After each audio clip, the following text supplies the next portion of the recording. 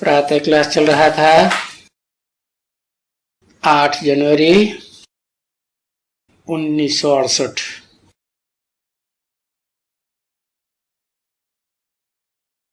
सोमवार को पहले पेज की मध्यादि में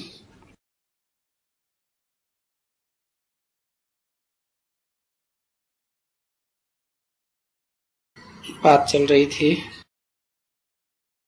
आर्य और अनार्य की।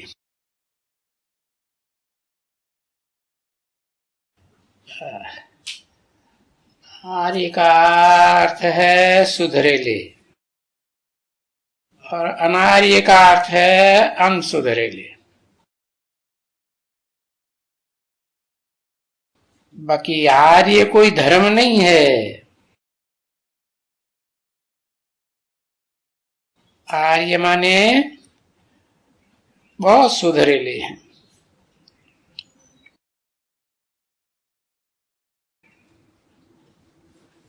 तो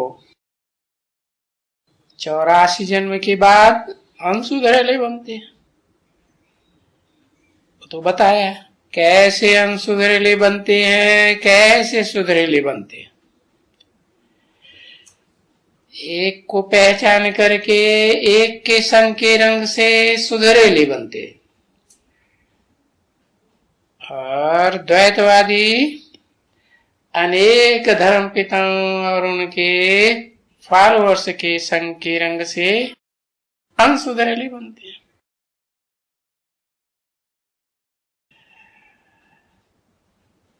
बाकी जो अनेक धर्म हैं इनको कोई आर्य धर्म नहीं कहेंगे। नहीं, ये आर्य माना तो बहुत ही सुधरेले हैं और वो ही फिर हम सुधरेले बने हैं 84 जन्मों के बाद। फिर हम सुधरेले से सुधरेले। तो ये तो चक्र चलता ही रहता है। जैसे रात के बाद दिन, दिन के बाद रात, रात दिन, दिन रात। ये बात तो समझ सकते हैं ना? कौन समझ सकते हैं? जो ऊंच ते ऊंच बनते हैं, पूज्य बनते हैं और पूज्य सो पुजारी बनते हैं।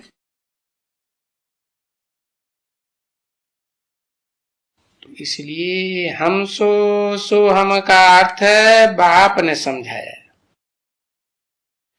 कि हम सुधरेले देवताएं थे, सो हम सुधरेले पुजारी बने।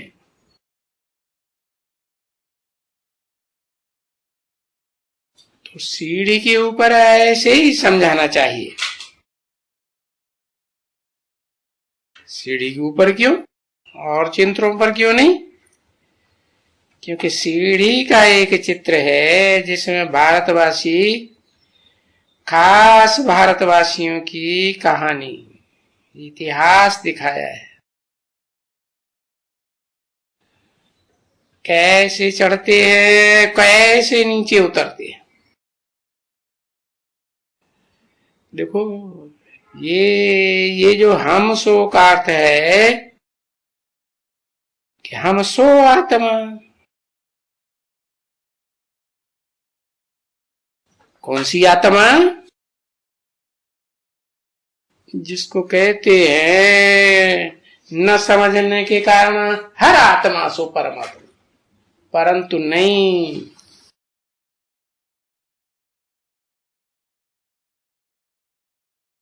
जो हम आत्मा हीरो पार्टधारी सो परमात्मा, और जो परमात्मा परम पार्टधारी वो हम आत्मा।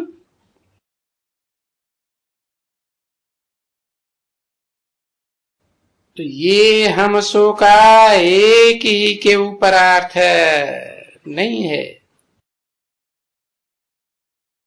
मना नंबरवार देवताएं बनते हैं, नंबरवार राक्षस बनते हैं। यानी हम सो हम ये विराट नाटक है। अच्छे से अच्छे और बुरे से बुरे पाटधारी। इसमें हम ही सो पूज्य, हम ही सो पुजारी। और कैसे बनते हैं सो तो बता ही दिया। फिर हम सो पूज्य, तो फिर वो पूज्य कौन? कहेंगे हम सो देवी देवता। फिर हम सो सुख भोगते भोगते नीचे गिरना शुरू करते। देवता से क्षत्रिय, क्षत्रिय से वैश्य, वैश्य से शूद्र बन जाते। तो देखो, ये सब कुछ सीढ़ी में बड़ा एक्यूरेट लिखा हुआ होना चाहिए। तुम किसको समझा सको।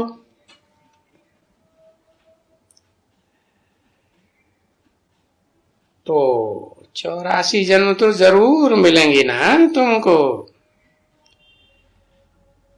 बाकी ये जरूर है कि सीढ़ी तो उतरेगी ना।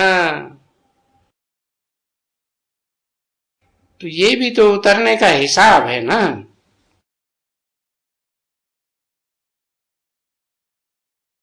तभी कहेंगे 84 जन्म पूरा कौन लेते हैं। है? पूरा मना वर्ष भी कम नहीं, महीना भी कम नहीं, दिन भी कम नहीं, घंटा भी कम नहीं, मिनट और सेकंड भी। एक सेकंड के लिए तो बाप बैठ समझाते।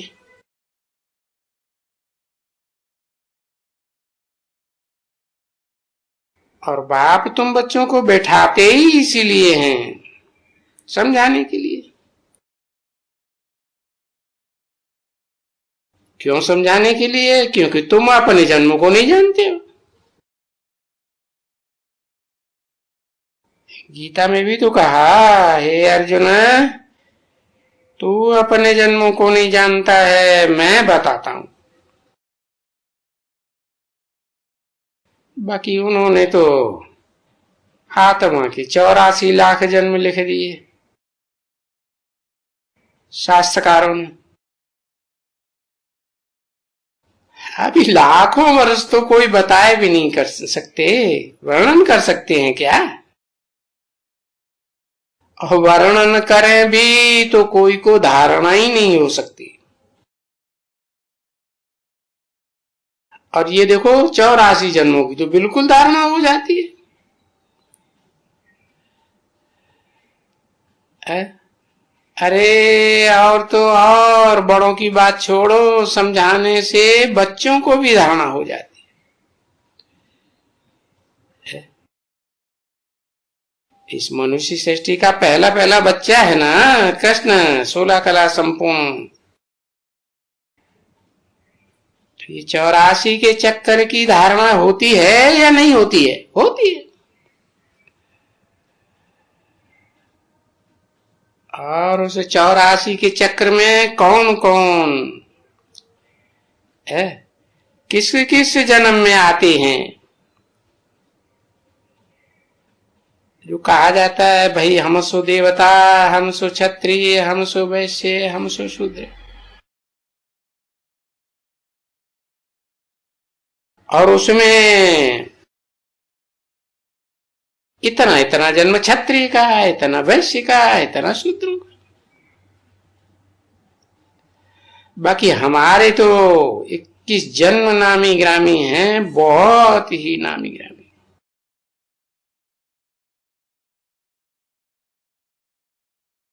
तो प्राय 21 जन्म की तो है ना।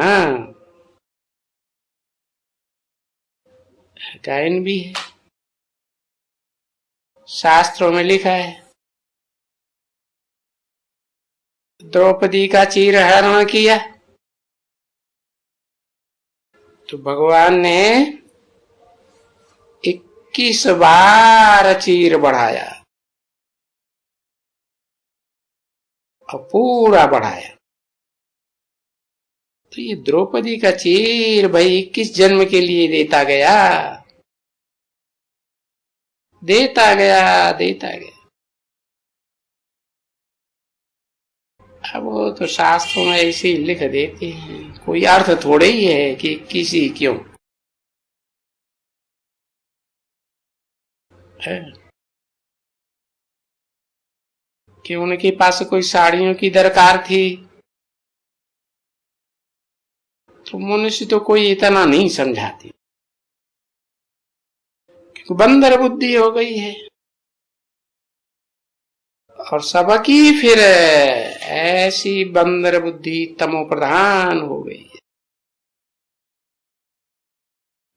बाकी ऐसे नहीं है कि सिर्फ तुम्हारी हो गई थी। हाँ, कहेंगे प्रधानता में तुम्हारी बुद्धि तमो प्रधान बनी, ऐसे। हाँ, कहेंगे तुम्हारी तो सबसे जास्ती तमो प्रधान बुद्धि बनी, क्योंकि सतो प्रधान बुद्धि भी तो तुम ही बनते हो ना,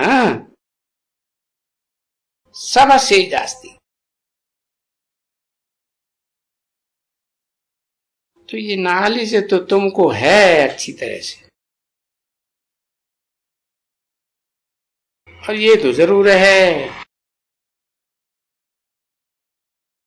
कि जब स्थापनाएं होती हैं तो नई नई बातें होती है। सो तो बाप खुद कह देते हैं, बच्चे कोटन में को और कोई में भी को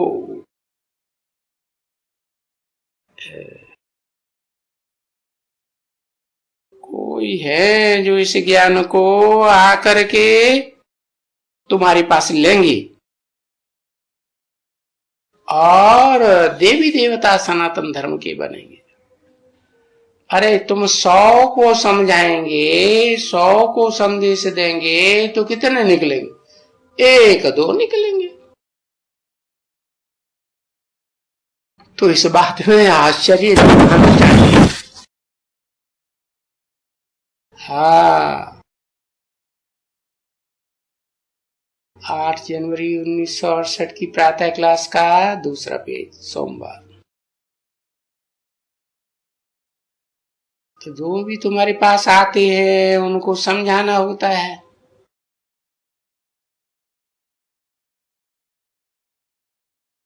उनको थोड़े में ही समझाना। ये जो चक्कर है ना षष्ठी का, ये समझाने के लिए बड़ा अच्छा है।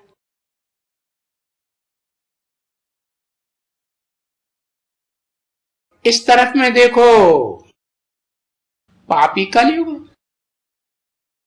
और उस तरफ में देखो पुण्य आत्मा देवताओं का सतयुग। तो जब कोई आते हैं ना समझने के लिए, बोलते हैं देखो सतयुग, तो सतयुग की बातें सुन करके तो वायरे हो जाती। अरे सतयुग, सत्य ही सत्य, झूठ का नाम निशान नहीं। तो जो कोई भी आते हैं ना बोलते हैं देखो सतयुग।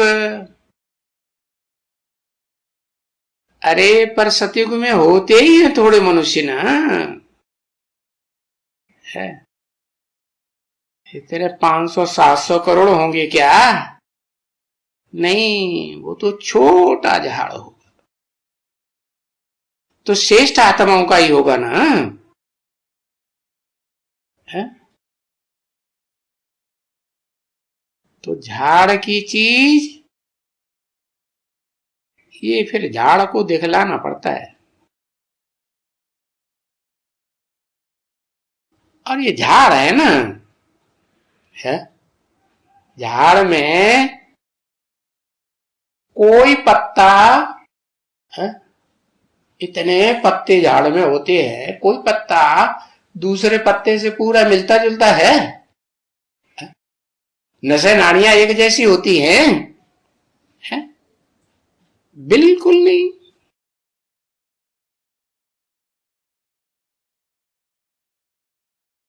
तो ये झाड़ कोई को नहीं मिला, मालूम पड़ता है कि षष्ठी रूपी रंगमंच पर जो 500-700 करोड़ पत्ते होते हैं कलयुग के अंत में, है ये कोई भी मनुष्य एक दूसरे के संकल्पों से बिल्कुल नहीं मिलते।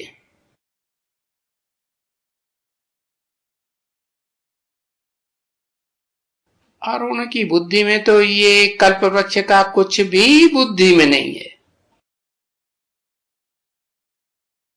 जैसे विद्वान पंडित आचार्य है, वो तो गीता पढ़ लेते हैं, सिर्फ पढ़ते हैं।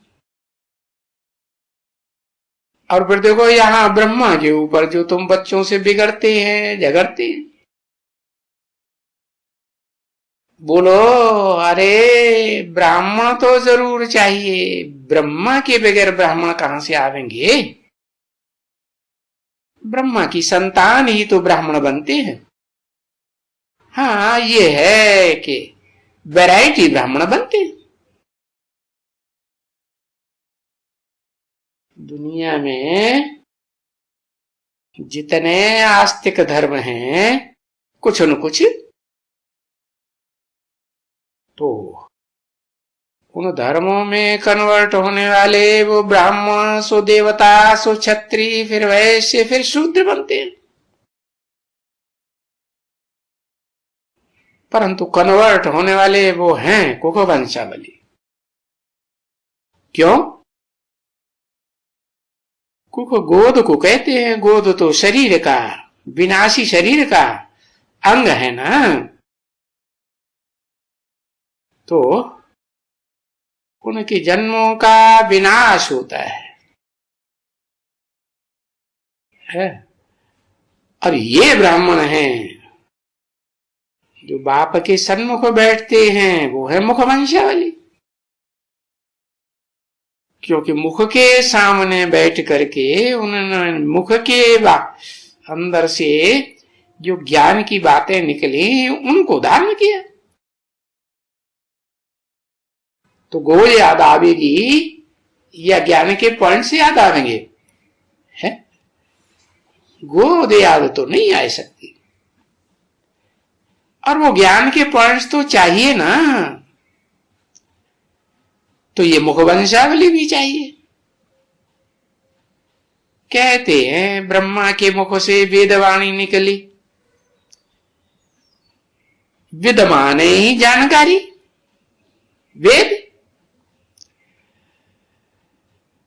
तो ब्रह्मा के मुख वंशावली, और फिर बाप जब आते हैं तो जरूर आएंगे भी कहां है? ये तो पतित दुनिया है ना, कि पावन देवताओं की, क्लीन शेव देवताओं की दुनिया है, कि विकारी दाढ़ी मूछ वालों की दुनिया है ना। तो देखो ऊंच ते ऊंच जो देवताएं दिखाते हैं, और ब्रह्मा को उन्होंने देवता समझ लिया। अरे दाढ़ी मूछ वाले कोई देवता होते हैं क्या? ये तो सारी दुनिया पतित है ना। तो ब्रह्मा के पास आएंगे भी जरूर पतित ना, स्थापना होनी है ना। तो ये तो पराई दुनिया है, माया रावण की दुनिया है, रावण राज्य, सब रावण संप्रदाय। तो देखो उस रावण संप्रदाय के बीच में बाप को आना पड़ता है। किस लिए? राम का राज्य स्थापन करने के लिए। राम राज्य, राम का राज्य। तो राम राज्य में होता है इस सृष्टि के अंत में, कलयुग में, कि वो भी रावण राज्य है। अरे बाप तो बताते हैं राज्य तो दूर, वो तो राम ही रावण बन जाता है?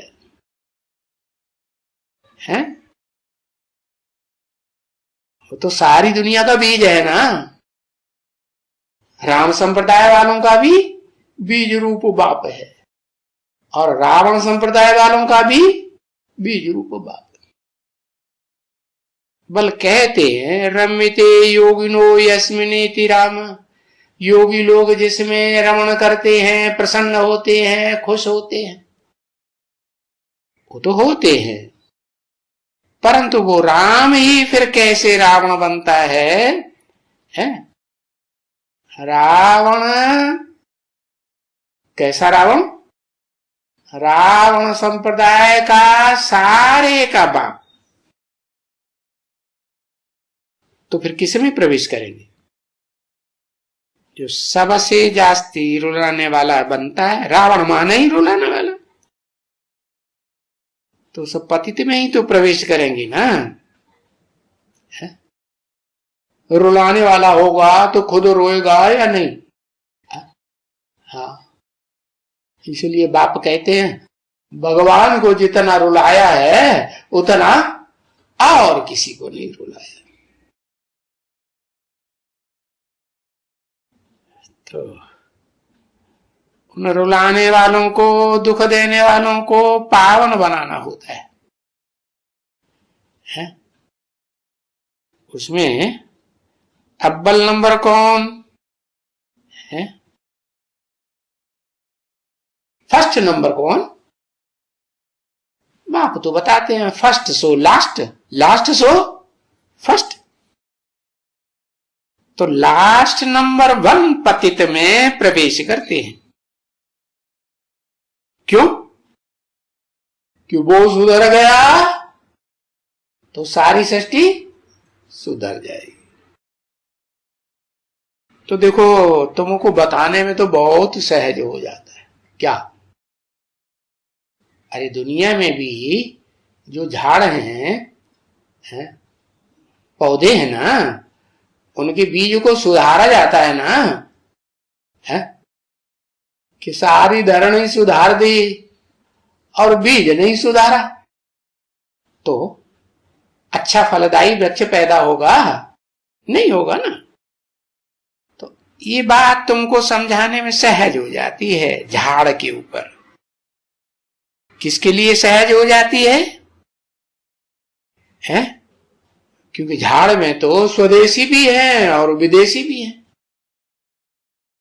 जो देवता बनने वाली आत्माएं भी हैं, और उन देवताओं को संग के रंग से क्या बनाने वाली? दुखदायी हिंसक विदेशी बनाने वाली आत्माएं भी हैं। तो देखो, इस बीज में सब कुछ भरा हुआ है,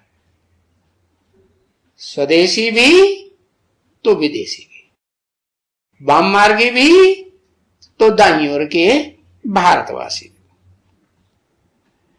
तो झाड़ के ऊपर में देखो,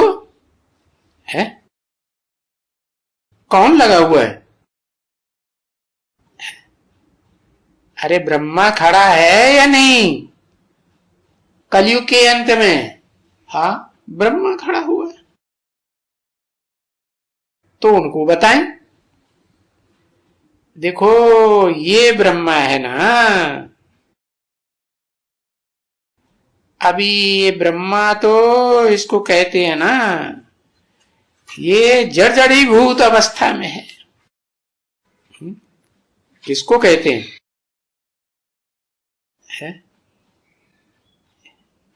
ये तमो प्रधान है। और अभी तो वो बाप कहते हैं कि मैं बहुत जन्मों के अंत के जन्म के भी अंत में प्रवेश करता हूं। बहुत जन्म कितने? 84 जन्म बहुत, उनका अंत कैसे? 84 जन्म का, 84वें जन्म का जब वानप्रस्थ अवस्था हुई तो अंत हुआ ना।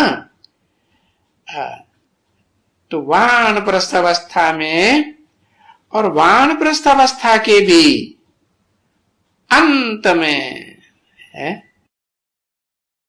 क्या कहते हैं, अंत ज्यादा ही तमो प्रधान होगा ना, ज्यादा ही बुढ़ा हो गया ना, बूढ़ा हो गया, तमो प्रधान। तो देखो ये पूरे 84 जन्म का है ना। फिर अभी देखो तपस्या कर रहे हैं, है? तपस्या किस लिए करते हैं? क्यों तपाते हैं? है? शरीर भी तपता है तो आत्मा भी तपती है,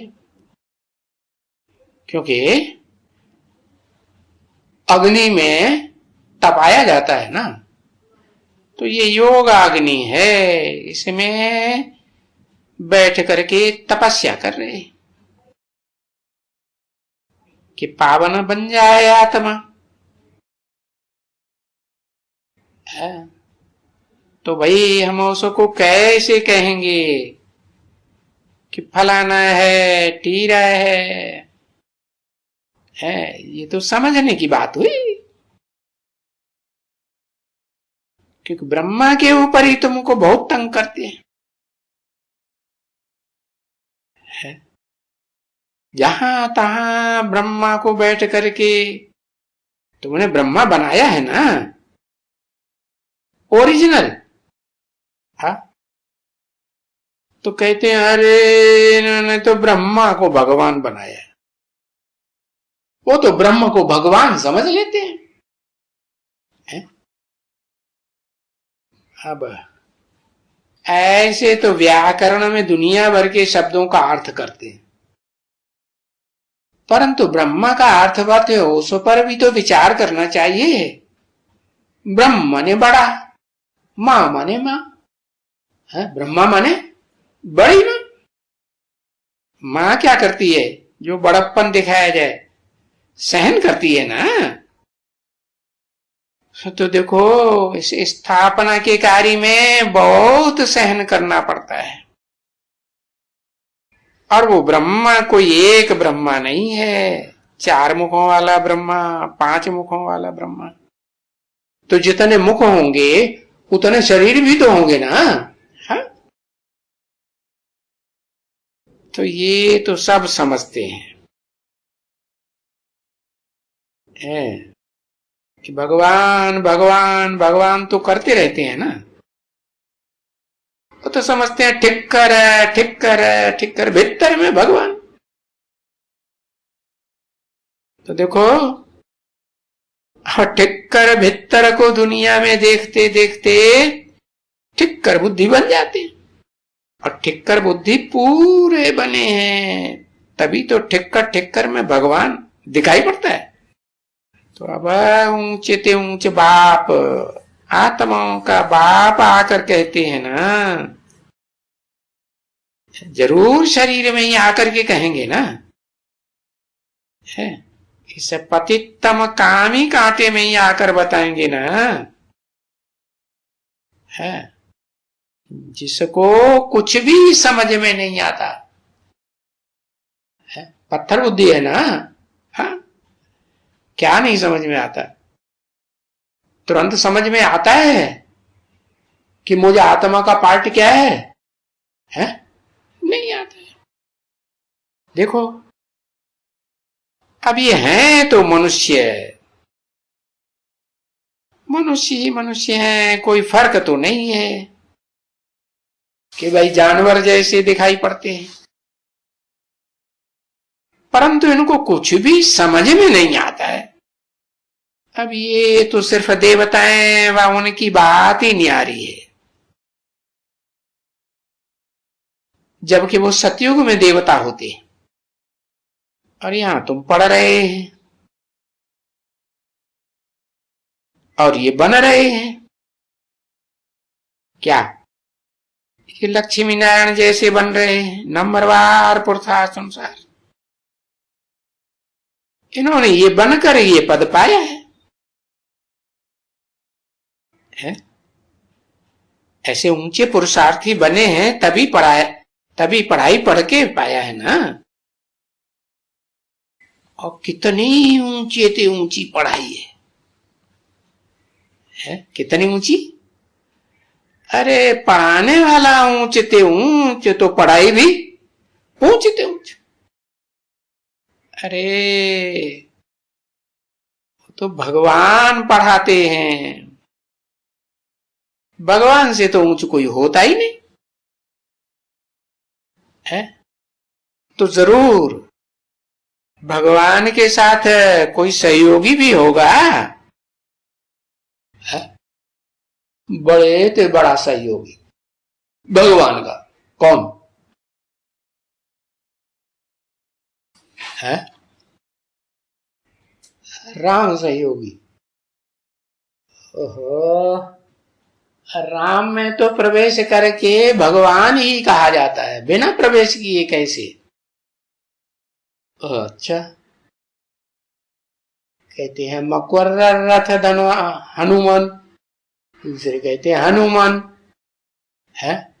अरे भाई आदि लक्ष्मी जो भगवान है, आदि नारायण है, जो विष्णु कहा जाता है, वो फिर ऊंचे ते ऊंच भगवान हुआ ना प्रैक्टिकल में, साकार में कि निराकार कहेंगे?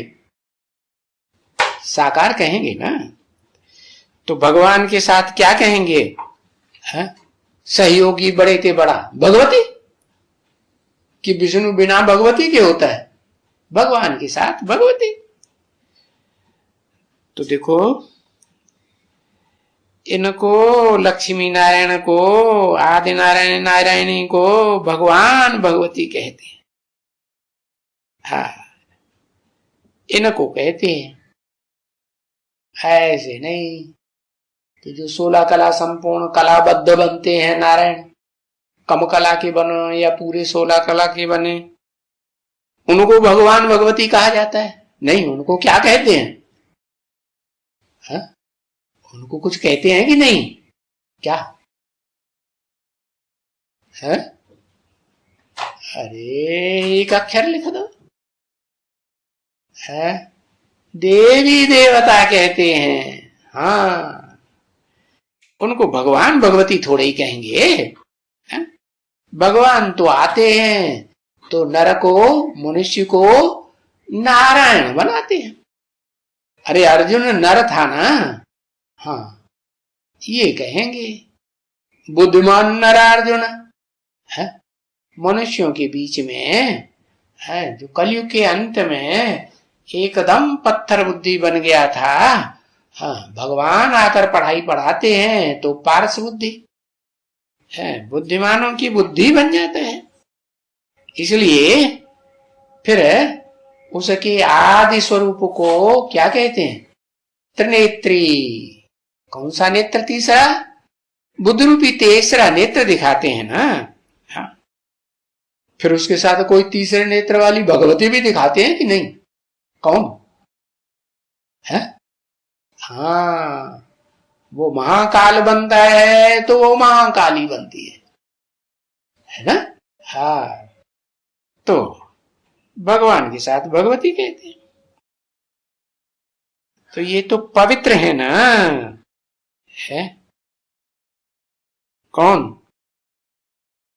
भगवान भगवती के साथ है जो सहज सहयोगी बनते हैं, तो जो पवित्र नहीं बनते हैं उनको कैसे भगवान भगवती कह सकते हैं? है? क्योंकि नई दुनिया की स्थापना किसके द्वारा होती है? इब्राहिम, बुद्ध, क्राइस्ट, गुरु नानक के द्वारा। कोई भी धर्म पिताओं के द्वारा नई दुनिया बनती है, स्वर्ग बनता है। नरक की दुनिया नरक के द्वारा बनाई जाती है तो नरक ही बनती है।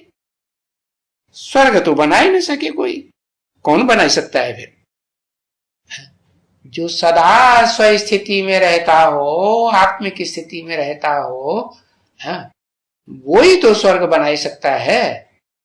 परंतु खुद बना ही सकता है, हाँ? नहीं, वो तो निराकार है। आत्मा निराकार है ना। आत्मा जो सदा स्वस्थिति में रहती है, जिसे शिव कहते हैं, वो भी, उसे क्या चाहिए? उसको कहते हैं परम पुरुष। परम पुरुष को परा प्रकृति चाहिए या नहीं चाहिए? हाँ? परा प्रकृति या परा प्रकृति चाहिए। परा प्रकृति के द्वारा परे ते परे दुनिया, जिसे कहते हैं स्वर्ग की दुनिया, सुखदायी दुनिया, वो स्थापन होती है। और अपराशक्ति महाकाली के द्वारा वो आत्मा कौन सी दुनिया स्थापन करने की निमित्त बन जाती है? नरक बनाती है कि स्वर्ग बनाती है? काला मुंह कैसे बनता है?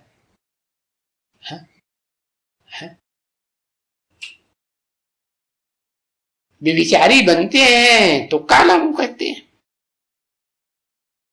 तो ऐसे काले मुंह वालों को भी भगवान आकर के गौरी समान बनाते हैं।